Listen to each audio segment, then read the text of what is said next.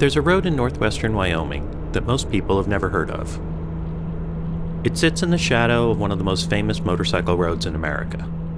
And because of that, it often gets treated as the opening act, something to ride through on the way to something else. And that's not okay. The Chief Joseph Scenic Byway is Wyoming Highway 296. It runs about 47 miles through the Absaroka Range, climbing from the valley floor up through open meadows, sweeping curves, and grazing land, all the way to Dead Indian Pass at just over 8,000 feet, before dropping down and continuing on to meet up with the Beartooth Highway. I rode it on July 11th, 2024. It was day 92 of a 112-day road trip I call my Grand Detour. I left Red Lodge, Montana with early morning sun still low. I rode south towards Cody, Wyoming, and turned right onto Chief Joseph, under a bright blue sky and into a beautiful summer day.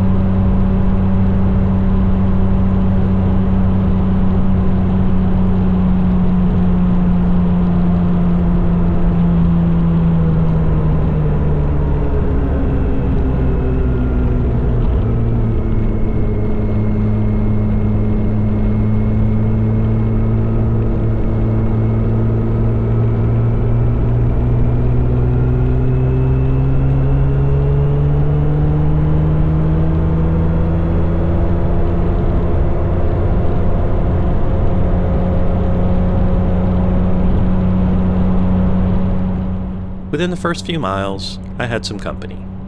Just not the kind I was expecting.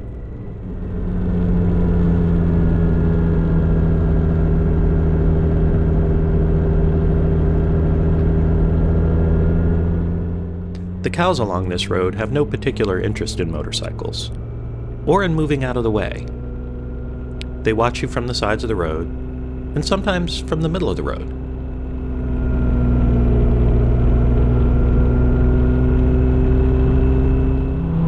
Around one turn, a labyrinth of rocks appeared in the road ahead, freshly knocked loose by a group of cows walking along the ridge above me. And the Bovine road crew supervisors were inspecting, carefully, watching from behind the guardrail.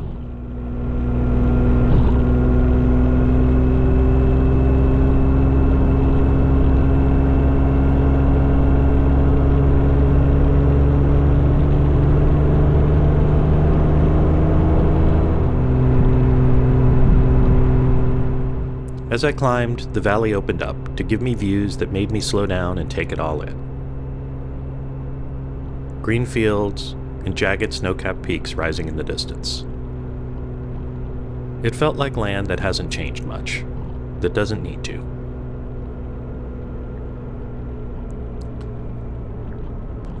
The scenic overlook at Dead Indian Pass, about 13 miles in, is worth stopping for. From up here, you can survey the valley you're about to ride through, and see the road laid out before you in a tangle of curves. It's beautiful.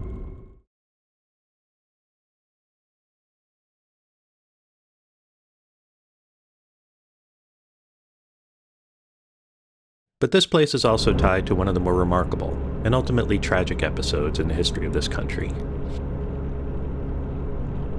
In the summer of 1877, the U.S. Army was pursuing Chief Joseph and 700 of the Nez Perce, along with 2,000 horses, through the mountains of what are now Idaho, Wyoming, and Montana.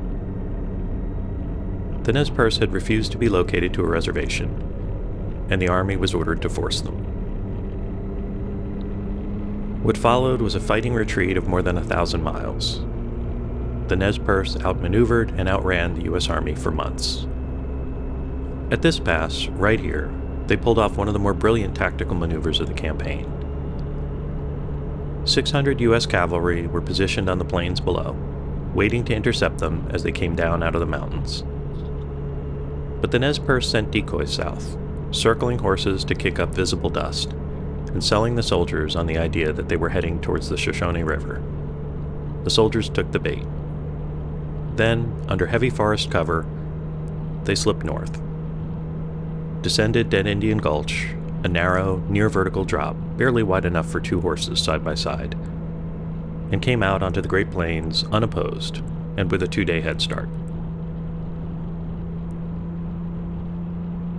The army finally caught up, just 40 miles from the Canadian border, nearly a month later, at the Battle of Bear Paw.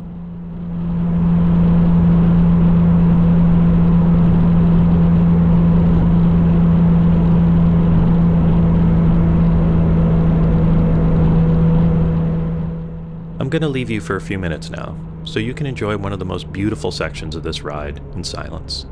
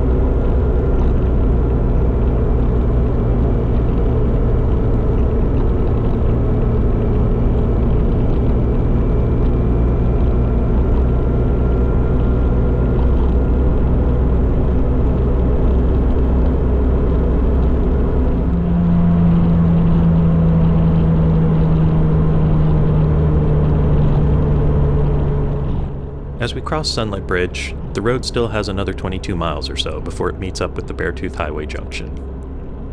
I didn't stop at the bridge to walk across its span, and I regret that. You should stop. This is beautiful and rugged country. Under the big skies this part of the world is known for. It's a good place to ride, and just take it all in.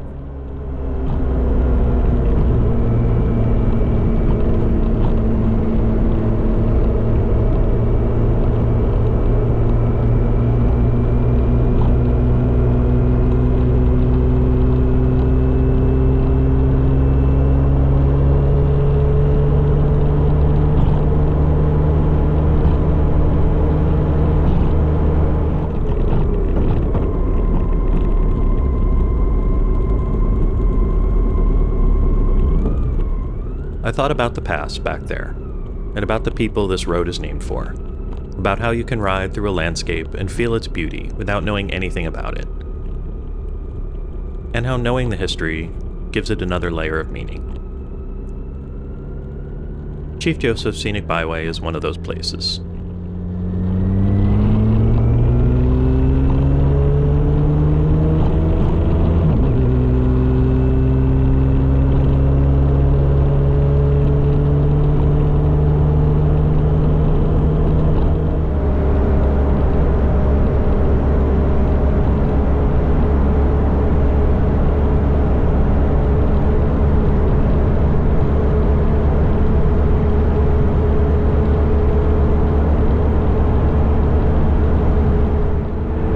As this road ends, the Beartooth begins, and everything changes again.